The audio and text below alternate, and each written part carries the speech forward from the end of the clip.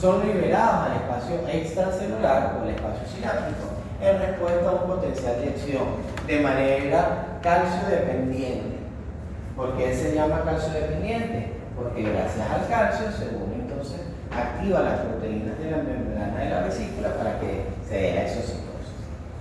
Tiene receptores específicos en la membrana postsináptica y cuenta con un sistema de eliminación rápida una vez liberado el espacio sináptico, que puede ser una enzima, puede ser que haya una recaptura del botón presináptico de ese neurotransmisor,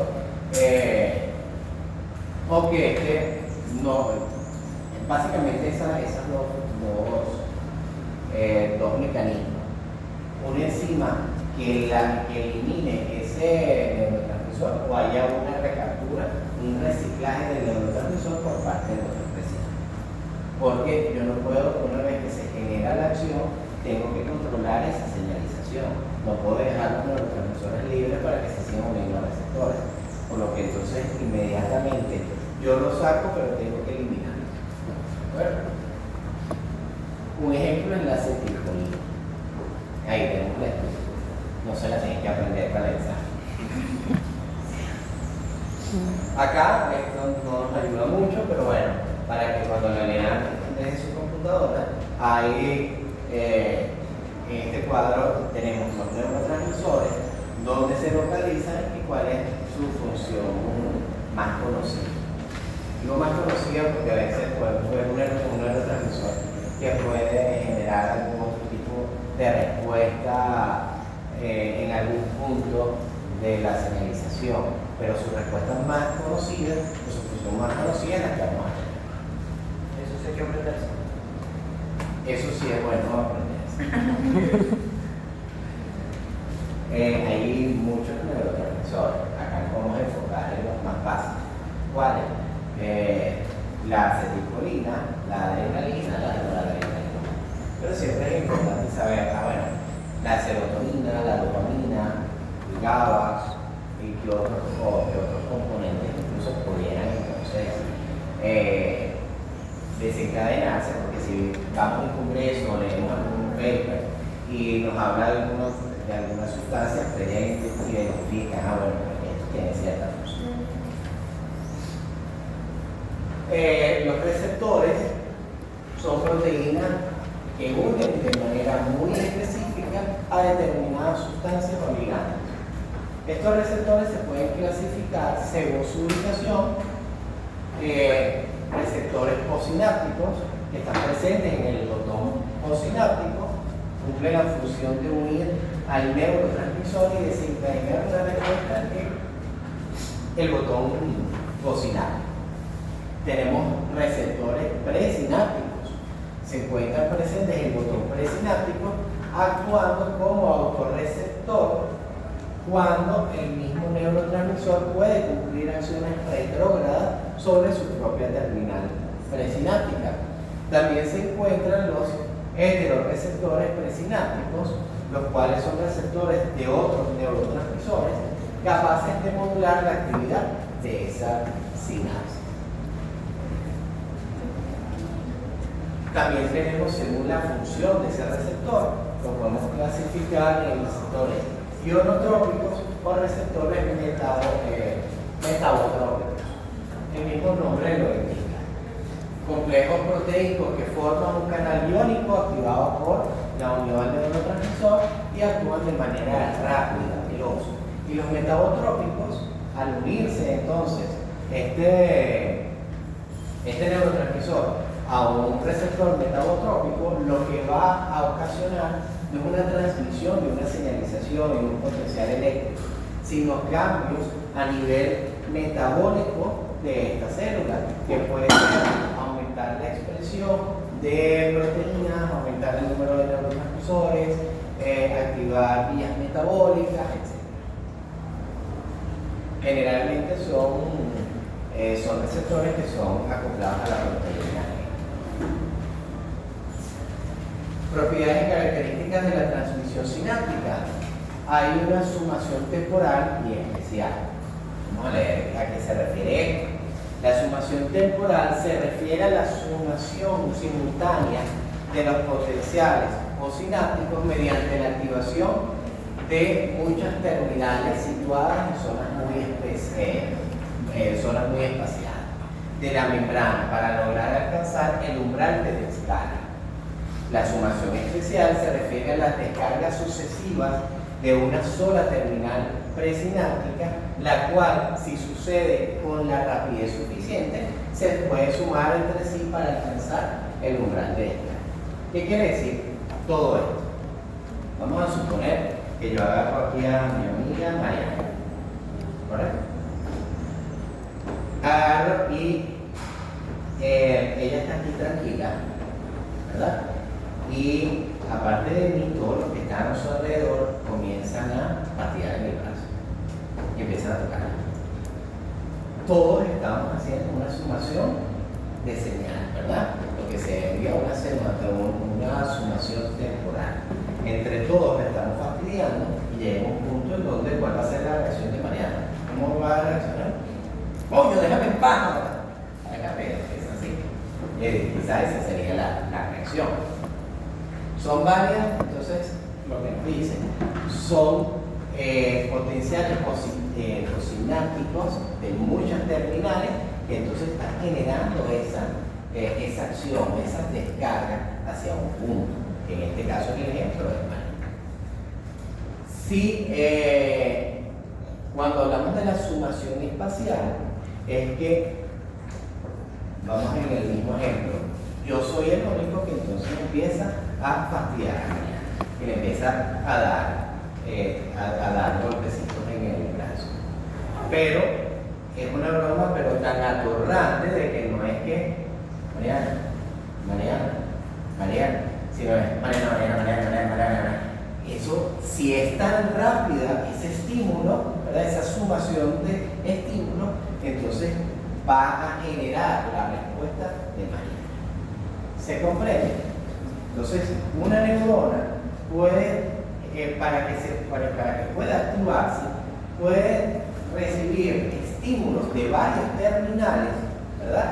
Para que van a hacer su descarga de los neurotransmisores hacia ese botón postsináptico, o puede ser una sola neurona que vaya a un solo receptor, a un solo botón postsináptico. ¿Se comprende? Sí.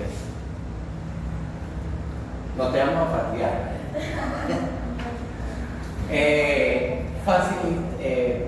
Facilitación excitatoria.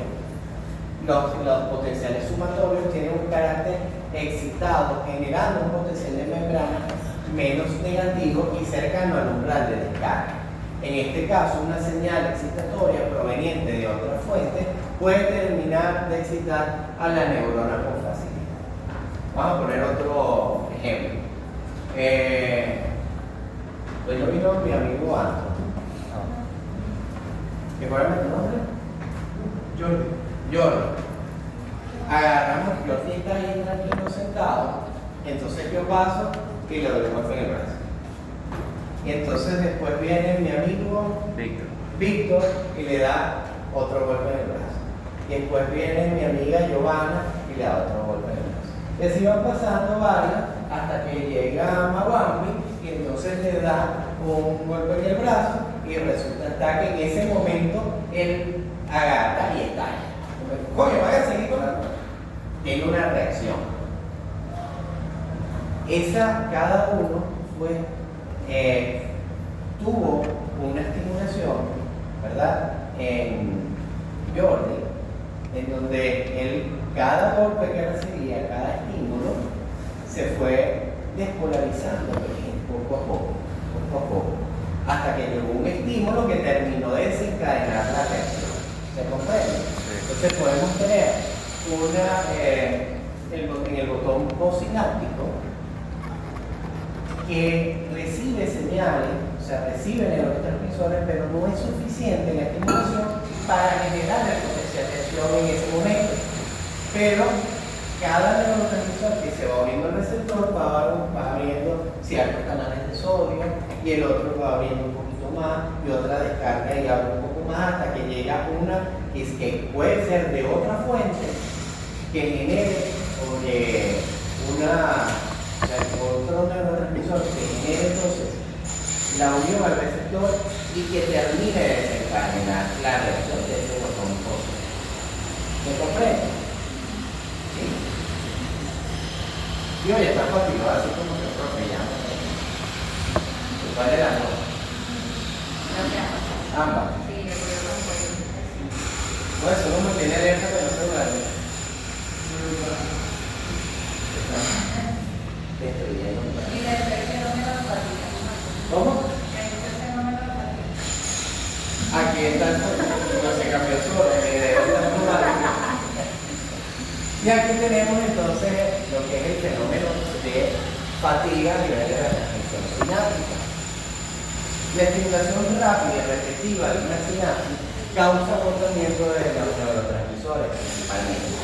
También ocurre la inactivación progresiva de los receptores de la membrana postsináptica y la acumulación anormal de iones dentro de la neurona. Si hay una descarga sináptica rápida, acelerada, constante, llega un punto en donde la neurona, por más que recibe vesículas, por más que recibe neurotransmisores y que esté activamente en el metabolismo sintetizando neurotransmisores, llega un punto en que las descargas son tan rápidas que se va a quedar sin neurotransmisores. Bueno, si ya yo no tengo que transmitir, la célula entonces queda agotada, queda fatigada. Puede darse ese punto, entonces cesa la señalización. O puede darse porque, aunque yo estoy secretando, el botón sináptico está secretando neurotransmisores, los receptores expresados en el botón postsináptico están saturados. Siguen saturados por más que yo esté secretando neurotransmisores, si están saturados los receptores, no hay una transmisión de la señalización por parte del botón postsináptico. Eso es lo que se refiere a la fatiga. Hay muchas situaciones a nivel del sistema nervioso en donde hay una descarga tan rápida que llega a una fatiga de la transmisión de información, de la transmisión sináptica y se desconecta. Es como que se bajó el switch, o sea, hubo un corto, se bajó el switch y entonces ya vamos entonces a restablecer neurotransmisores, liberar receptores para que vuelva a ser. Bueno, ¿se comprende? Sí. Siempre que hablamos a nivel de fatiga en cuanto a nivel fisiológico, tiene que ver con la disminución de la sustancia la molécula de señalización, en este caso un neurotransmisor, o los receptores que se encuentran entonces ya saturados. Bueno, en estos casos no aplicaría la disminución de receptores. puede haber disminución de receptores porque bueno, hay una señalización interna de la célula, una internalización del receptor que hay menos receptores disponibles.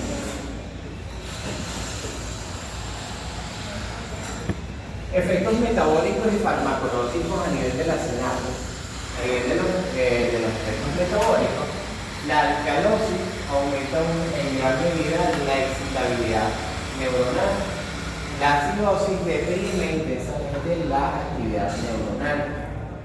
La hipoxia, es decir, la disminución de oxígeno, de las presiones parciales de oxígeno, inhibe por completo la excitabilidad de la neurona. Obviamente, si no tenemos oxígeno, no podemos entonces activar las vías metabólicas a nivel de la cadena transportadora de electrones, no tenemos ATP, no podemos generar entonces, los procesos metabólicos para todo el proceso.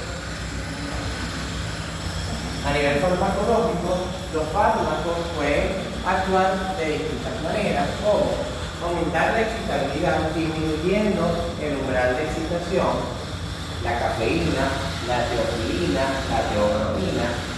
¿Qué es lo que ocurre? Si yo tengo un umbral de acción, tengo mi membrana de reposo en 90 y tengo un umbral de acción de menos 85, ¿verdad? Si yo agarro ese umbral de acción, lo aumento, ¿verdad? Es decir, lo llevo más cercano al reposo, cualquier estímulo no existe. Cualquier estímulo va a desencadenar un potencial de acción. Aumenta la excitabilidad inhibiendo la actividad de neurotransmisores inhibitores, como la estrictina. Si yo bloqueo un neurotransmisor que tiene una función inhibitoria, ¿verdad? Porque su función al unirse al receptor va a ser de un bloqueo de alguna señalización. Si yo creo una molécula que sea antagónica a ella, entonces voy a buscar que sea excitatoria. Aumentan el umbral de excitación de la membrana neuronal, los anestésicos, los analgésicos. ¿Qué es lo que hace? Si yo agarro una imagen, llevo el umbral de acción, lo hago más positivo, la excitabilidad va a ser menor de esa célula. Entonces, no se genera potencialización. Y es lo que se hace cuando colocamos cuando alguien colocamos una anestesia a esa persona, no siente estímulos de dolor de ningún tipo. ¿Por qué? Porque no es excitable ese tejido. No se dan potenciales de acción porque el umbral de acción lo volvimos más negativo gracias a eso. ¿No se comprende? Me lo preguntaban en la clase anterior que pasaba con los anestésicos. Ok. Vamos a darnos acá. El ruido ya está ladito. Tanta pérdida de tiempo eso agota, el calor, la falta de hidratación, falta de electrolito. ¿Alguna pregunta, alguna duda? Estas ya las tienen, porque están en todos los dejados de se pueden ir ojeándola, pueden ir leyendo para que